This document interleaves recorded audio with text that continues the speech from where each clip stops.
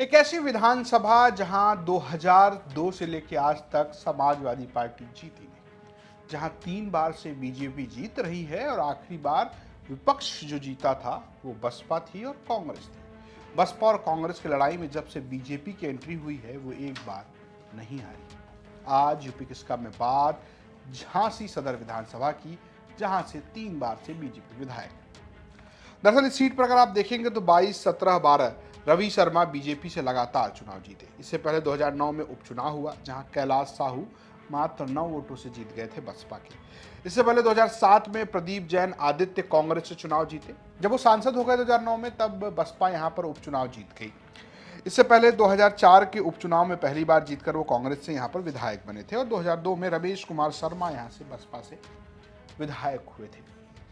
3 बार के विधायक रवि शर्मा का कहना है कि योगी, मोदी और सुरक्षा यही विजन है चुनाव जीतने। रांची में भारतीय जनता पार्टी से 3 बार से लगातार विधायक रही और 3 बार में किए हुए कार्य और कार्य के साथ साथ आदरणीय मुख्यमंत्री जी पर उत्तर प्रदेश की जनता का विश्वास। आज उत्तर प्रदेश की कानून व्यवस्था चुस्त दुरुस्त है। वह उत्तर प्रदेश जिसके बारे में अराजकता का प्रदेश बोलते थे, सांप्रदायिक दंगों का प्रदेश बोला जाता था, महिलाएं अपने आप को सुरक्षित महसूस नहीं करती थी, व्यापारी अपने आप को सुरक्षित महसूस करता था। तो सुरक्षा जब बड़ी है उत्तर प्रदेश में आम जनता की, तो आम जनता संतुष्ट है। जहाँ एक और झांसी का विकास हुआ है, इसलिए हम चुनाव में जीतेंगे। वही दूसरे आदरणीय मुख्यमंत्री जी ने प्रदेश की तस्वीर बदल दी है। ये जनता का विश्वास है, इसलिए भी हम लोग चुनाव जीतेंगे। और अगली बार जब चुनाव होगा विधानसभा का, तो फिर एक बार उत्तर प्रदेश में हमारी सरकार। वहीं पिछली बार रनर अप रही समाजवादी पार्टी की सीमा कुशवाहा, उनकी तरफ से बात करते हुए सपा जिलाध्यक्ष ने कहा कि बीजेपी साम दाम दंड भेद करके चुनाव जीती, लेकिन इस बार हम पूरी तरीके से तैयार हैं।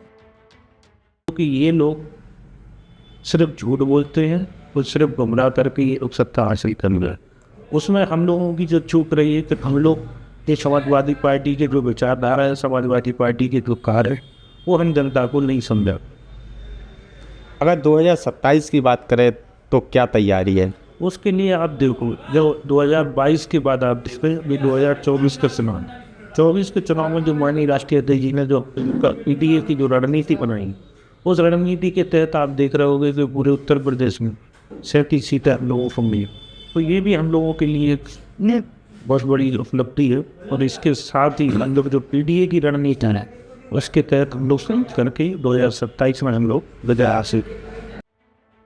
दरअसल इस सीट पर एक कॉम्बिनेशन है जो बीजेपी के पक्ष में है, वो है ब्राह्मण, गैर यादव, ओबीसी और वैश्य का। अगर आप ये देखेंगे तो ये सीट जो है वो ब्राह्मण और दलित बाहुल्य है। इस सीट पर 4 लाख वोटर हैं करीब, और जिसमें एक अनुमान के मुताबिक अहिरवार कोरी जो दलित समुदाय के लोग हैं वो लगभग 1,30,000 हैं।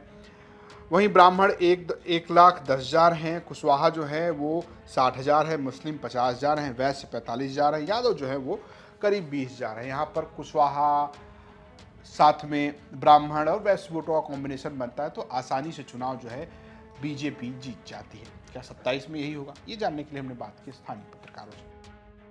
अगर इस सीट के पुराने रुझान को देखा जाए तो इस सीट पर भाजपा की लंबे समय से एक मजबूत पकड़ रही है।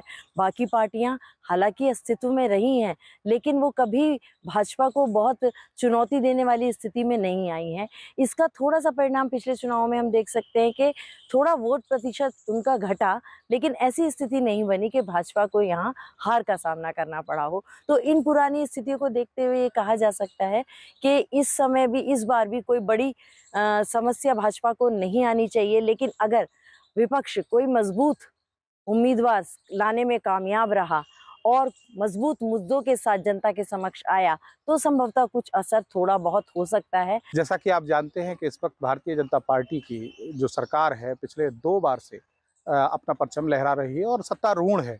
तो निश्चित रूप से कहीं ना कहीं एंटी इनकमेंसी जैसी चीज़ किसी भी सरकार की होती ही है। जब भी कोई सरकार में होता है तो सारे गिले शिकवे, सारी समस्याएं उन्हीं को बताई जाती हैं और लोग नाराज भी उनसे होते हैं, खुश भी उनसे होते हैं।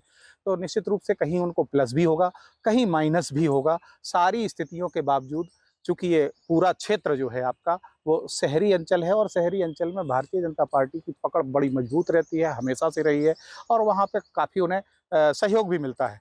तो ये दोनों परिस्थितियाँ रहेंगी, क्या परिस्थिति बनती है ये तो वक्त बताएगा। स्थानीय पत्रकारों का कहना है कि बीजेपी का पलड़ा समीकरण के हिसाब से भारी है, लेकिन एंटी इनकम्बेंसी कोई ना कोई प्रभाव डाल सकती है। आपको क्या लगता है झांसी सदर कौन जीतेगा? हमें कमेंट बॉक्स में आप बता सकते हैं।